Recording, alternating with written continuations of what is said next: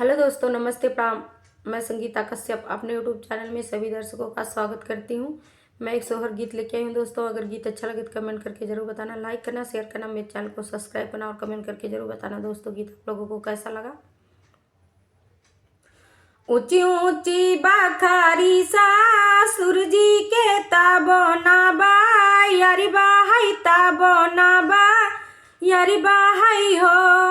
राजा धीरे धीरे बनिया डोलावा, गरम मोहे लागई, गरम मोहे लागई हो। राजा धीरे धीरे बेनिया डोलावा, गरम मोहे लागई, गरम मोहे लागई हो।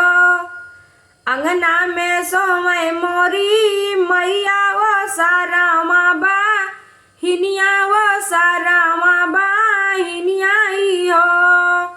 रानी चुरुर चुरुर बेनिया डोलाई, साराम मोहे लागई, साराम मोहे लागई हो।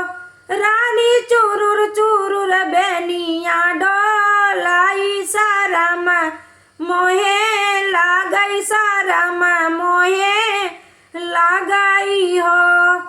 बोलिया त बोल्या मोरे राजा बोलाई नाही, जाना बोलाई नाही, जानाई हो। पिया काहे लाया मोरा गावनवा, साराम तोहे लागई, साराम तोहे लागई हो। पिया काहे लाया मोरा गावनवा, साराम तोहे लागई, साराम तोहे लागई हो। जौआ में हो बे अपने मैया बेटी औरूबा, भैया बेटी औरूबा, भैया बेटी हो। पिया ए पिया दसा पाँच लाला ना हो, वही बाये कहू नहीं देबाये, कहू नहीं देबाई हो। पिया दसा पाँच लाला ना हो, वही बाये कहू नहीं देबाये, कहू नहीं देबाई हो। जौआ में हो बाय अपने मैया बेटा औरोबा, भैया बेटा औरोबा, भैया बेटा हो। दाना से जिया पे परग नहीं, धरबै लालन कैसे होई है, लालन कैसे होई है हो।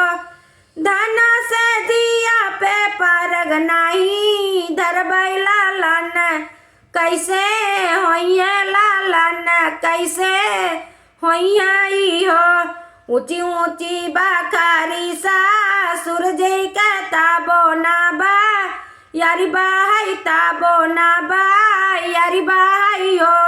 राजा धीरे धीरे बनिया डोलावा, गरम मोहे लागई, गरम मोहे लागई हो। राजा धीरे धीरे बेनिया डोलावा, गरम मोहे लागई, गरम मोहे लागई हो।